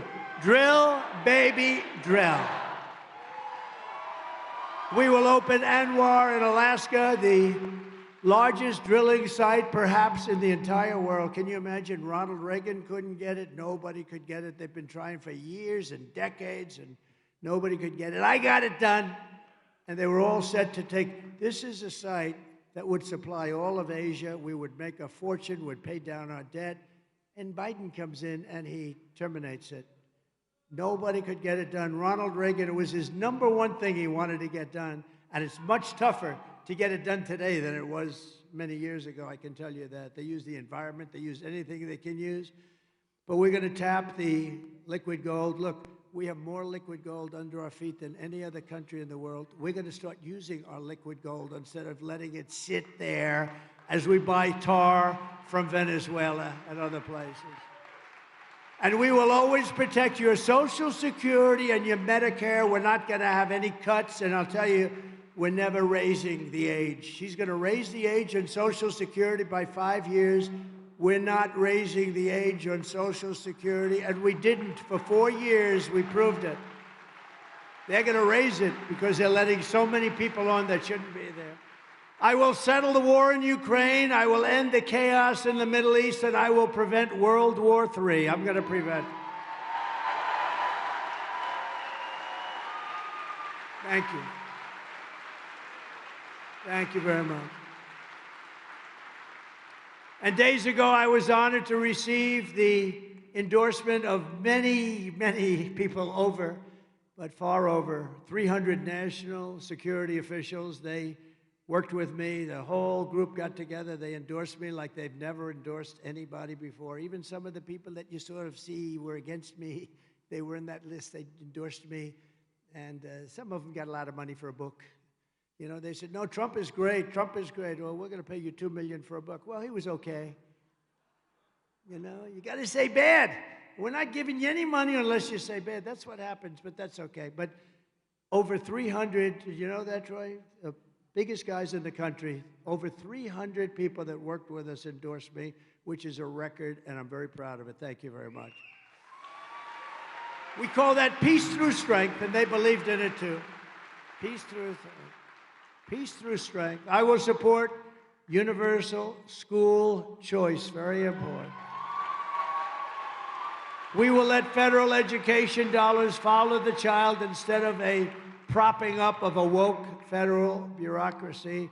And I will defend, I can't even believe I have to say this, I will defend parental rights. Can you believe it? Who would believe you had to say that? Can you imagine 10 years ago having to say that? You'd be embarrassed to have to say it, but we will protect the parents. I won't investigate parents at schools and school boards. These school boards have dominated this administration. I've never seen anything like it. The parents are arrested. The FBI goes after them. We will protect parents. We will protect parental rights. It's very, very important. I'm going to be listening to the parents.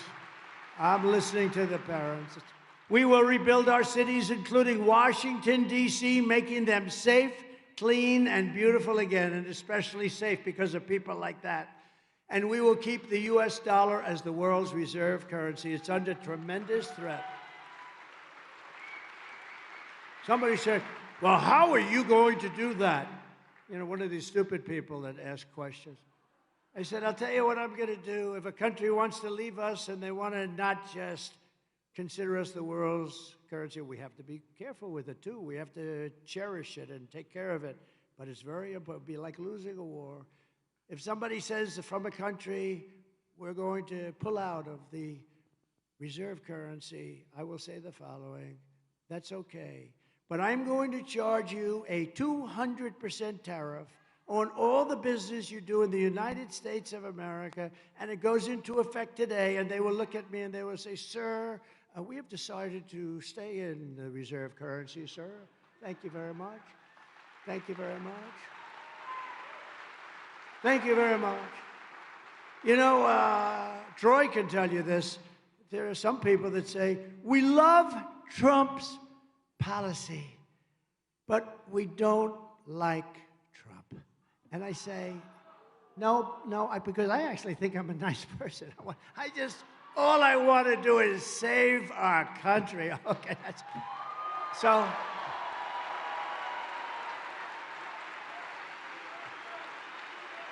I just want to say that. And then a couple of our senators said, here's the problem. You like his policy, but his policy only works with him. Because like that, what I just told you, how many people would say to the head of a country that when Macron, nice guy, when Emmanuel from France, he said he's going to tax American companies at a very high rate, higher than other companies. And I said to Mnuchin and some people, don't let him do it. Go tell him you're not going to do it. And if he does it, it's going to have a problem. They went and they came back and they said, sir, we haven't been successful. I said, go do it again, and after that, I'll take it. And they did it again, and they were unsuccessful. They came to me. They said, no, he's going to tax American companies. Now, this is France. They're going to tax American companies at a very high rate. Very few others, but American companies. And I said, get him on the phone. I got him on the phone. Emmanuel, how are you? Oh, Donald, I am fine. Thank you so much. I said, Emmanuel, I understand that you're going to put a very big tax on American companies. Now, as your president, I have to protect American companies. I can't let that happen. And other companies and other countries aren't going to be taxed. Like hell, that's going to happen. So I said, I understand that's going to happen, Emmanuel. Yes, Donald, it is already passed by essentially their legislature. I said, no. I said, no, Emmanuel, you're not going to do that. Yes, Donald, it's too late. I'm so sorry, President, I am so sorry. I said, it's not too late. Not too late.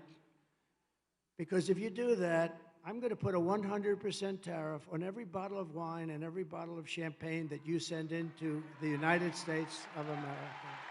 100% tariff. And he said, that's not fair. That's not fair. I said, listen, it's not fair that you're taxing our companies at more than other countries' companies. So to me, it's very fair. He said, I told him, and I was very late. I think I was probably working on one of the hoaxes or something that was, keeps you busy. The Democrat scams and hoaxes. I said, Emmanuel, I don't have time. I'm giving you 5 minutes to call me, if you will. Please call me back within 5 minutes. Let me know what, because I'm ready to sign this tax. I will call back. He called back in about 2 minutes. He said, Donald, I have decided that we will not charge this tax on American companies. Thank you, Emmanuel, very much. See you soon. Bye. I did so much of that.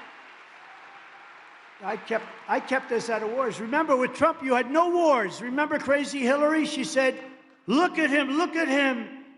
Look at his attitude. He's going to cause wars. And I said, no, my attitude is going to keep us out of wars. And I was right. Except I finished off ISIS, right? We finished off ISIS. 100% of the ISIS caliphate was going to take 5 years. I did it in 1 month. It was done. No wars. First time in 81 years. I started no wars. But this is how we will end the era of inflation and mayhem and misery under Kamala and Crooked Joe. He's crooked as a $4 bill. I used to say a $2 bill, but I see $2 bills around, so I can't say that. And unleash safety, prosperity, and peace for Americans of every race, religion, color, and creed, every one of them. Together, we will deliver low taxes, low regulations, low energy costs, low interest rates, and low inflation so that everyone can afford groceries, a nice car, and a home, the basics. We will stop the invasion. We will end migrant crime. We will strengthen our military. We will build a missile defense shield around our country. Much of it will be made in Wisconsin, by the way. We will keep critical race theory and transgender insanity the hell out of our schools. It's gone. And we will keep men out of women's sports. We will defend the Second Amendment, protect religious liberty, restore free speech, and we will, once and for all, secure our elections. Everyone will prosper, every family will thrive, and every day will be filled with opportunity and hope, and especially for the people of Wisconsin, you're going to be happy. You're going to be happy. But for that to happen, we must defeat Kamala Harris, and we must stop her country-destroying radical left agenda once and for all. We have to knock it. We want a landslide that's too big to rig. We want a too big to rig. And just finally, after all we have been through together, we stand on the verge of the 4 greatest years in the history of our country. I believe they're going to be the 4 greatest years, not just a fixing up, it's going to be a going forward. With your help from now until Election Day, 30 days, we will redeem America's promise, we will put America first, and we will take back the nation that we love. November 5th will be the most important day in the history of our country, and together we will make America powerful again. Powerful. We will make America wealthy again. We will make America healthy again. We will make America strong again. We will make America proud again. We will make America safe again. And we will make America great again.